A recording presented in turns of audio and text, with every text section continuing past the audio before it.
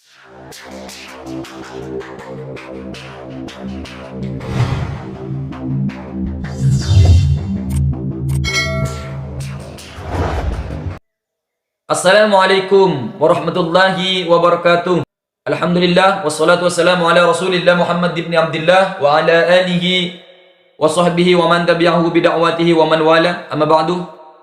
Alhamdulillah, segala puja dan puji syukur tetap kita aturkan kepada Allah Subhanahu wa taala, yang mana dengan berkat limpahan rahmatnya serta nikmatnya sehingga sampai dengan detik ini kita bisa masih beraktivitas di buminya Allah Subhanahu wa taala untuk menjalankan risalah-risalah kita sebagai khalifah di buminya Allah Subhanahu wa taala. Sebagaimana Allah berfirman di dalam Al-Qur'an tatkala menyampaikan kepada para malaikat-malaikatnya, A'udzubillahi minasyaitonir rajim, bismillahirrahmanirrahim.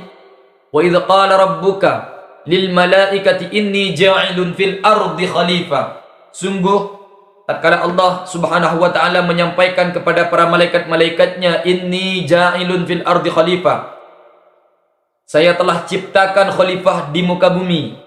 Lalu para malaikat menyampaikan kepada Allah Subhanahu wa taala, qalu ataj'alu fiha man yufsidu fiha wa yasfiku dima.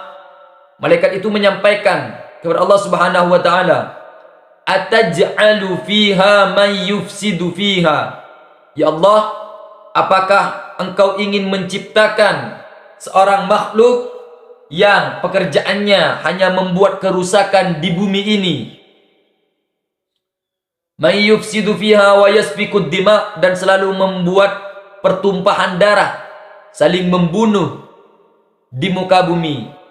Lalu malaikat melanjutkan, man yufsidu fiha wa yasfiku dima wa nahnu nusabbihu, dan kami itu sering bertasbih kepadamu ya Allah, wa nahnu nusabbihu bihamdika, dengan memujimu, wa nuqaddisu lak, selalu memuliakanmu, selalu mensucikanmu. Apa kata Allah? Qala inni a'lamu ma la ta'lamun. Allah berfirman kepada para malaikat, sungguh saya itu lebih tahu, lebih mengetahui dari apa-apa yang kamu tidak ketahui. Jadi Allah memberikan pembelaan kepada kita tatkala menyampaikan kepada para malaikat, malaikat merendahkan terhadap sosok seorang manusia, ya, yang mana kata malaikat manusia itu hanya membuat kerusakan, membuat pertumpahan darah. Lalu Allah ya membela kita dengan mengatakan, qala inni a'lamu ma la ta'lamun. Di ayat lain Allah berfirman, walaqad karramna bani Adam, sungguh telah kami muliakan, saya muliakan kata Allah, bani Adam, anak cucu cicit keturunan Nabi Adam. Karenanya Allah telah memberikan kepercayaan kepada kita bahwa kita adalah makhluk terbaik, khaira ummah, ya, umat terbaik. Makanya marilah kita mengerjakan hal-hal yang memang sesuai dengan perintah Allah Subhanahu wa taala. Kalaulah ada kekeliruan terhadap apa yang kita kerjakan, pintu rahmat maghfirah Allah tidak pernah tertutup kepada kita. Karenanya sering minta ampun kepada Allah Subhanahu wa taala.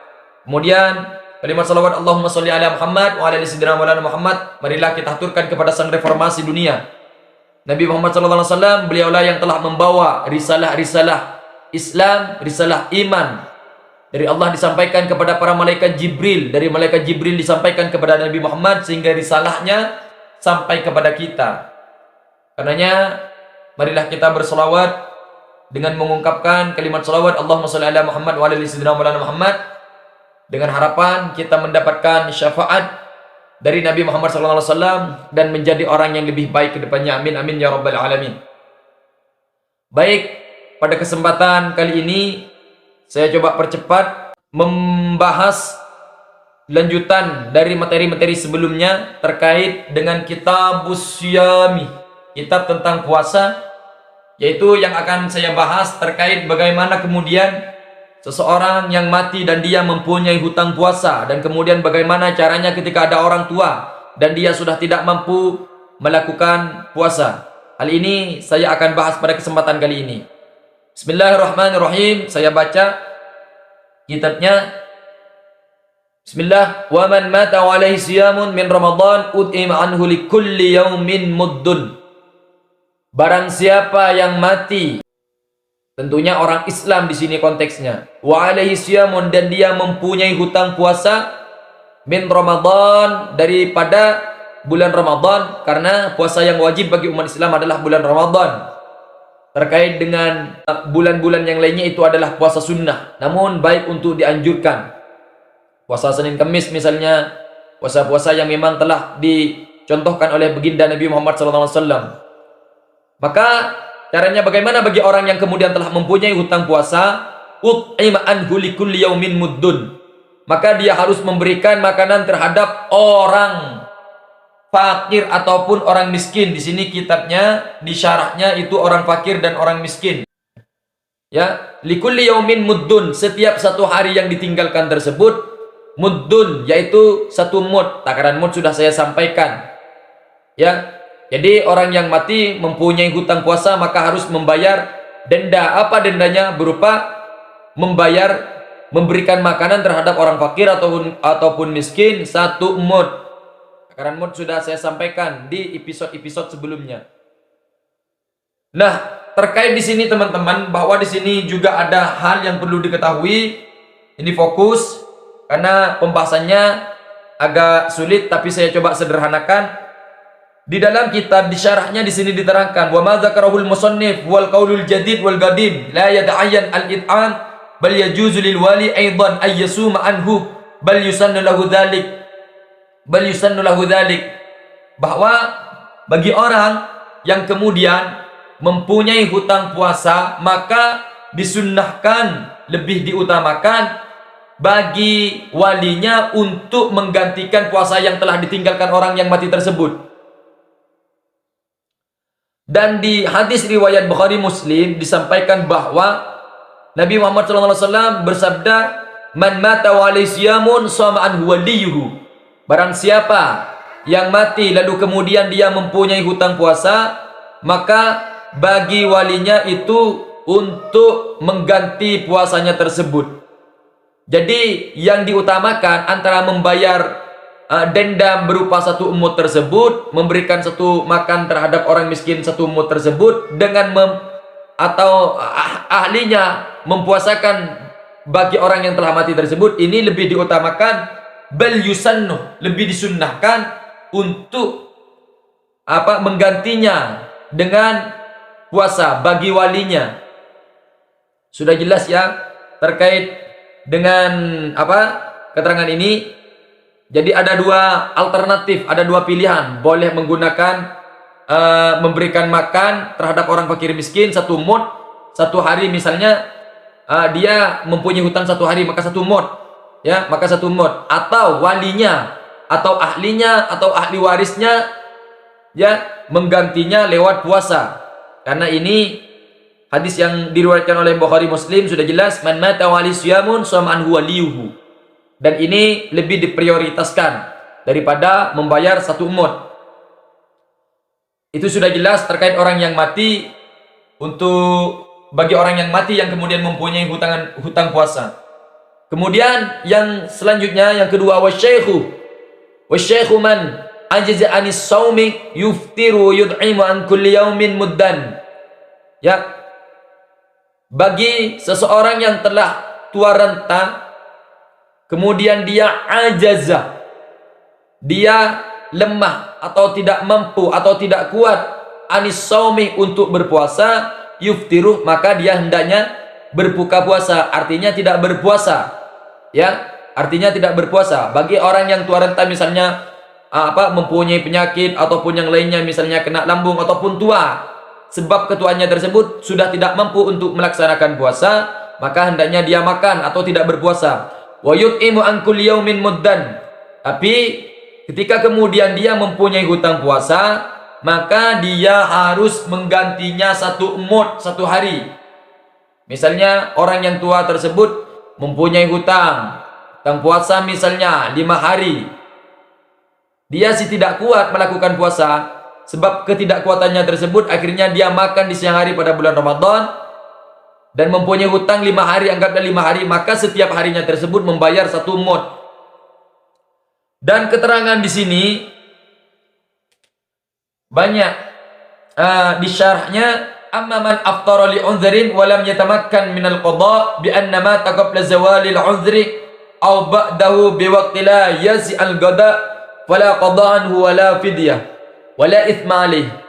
Barang siapa orang yang kemudian tidak berpuasa karena sebab uzur walam yatamakkan minal qada, dan dia tidak memungkinkan untuk melakukan qada, ya, misalnya sakit terus-terusan akhirnya mati, tidak memungkinkan untuk melakukan qada, mengganti puasanya tersebut, bi anna qabla mata bi anna mata qabla maaf bi anna mata qabla zawalil uzri, karena dia mati sebelum hilangnya uzurnya tersebut, ya, fala qada anhu wala fidyah, maka dia tidak diwajibkan untuk qada wala fidyah, dan tidak ada dendanya. Misalnya nih, ada orang sakit, ada orang tua renta, tidak berpuasa, habis itu dia tidak memungkinkan setelah bulan puasa, bulan Ramadan, dia tetap sakit, tidak mempunyai waktu yang luas, artinya tidak sembuh untuk mengganti puasanya tersebut, maka dia tidak diwajibkan untuk mengqadha puasanya dan tidak diwajibkan untuk membayar satu mud tersebut.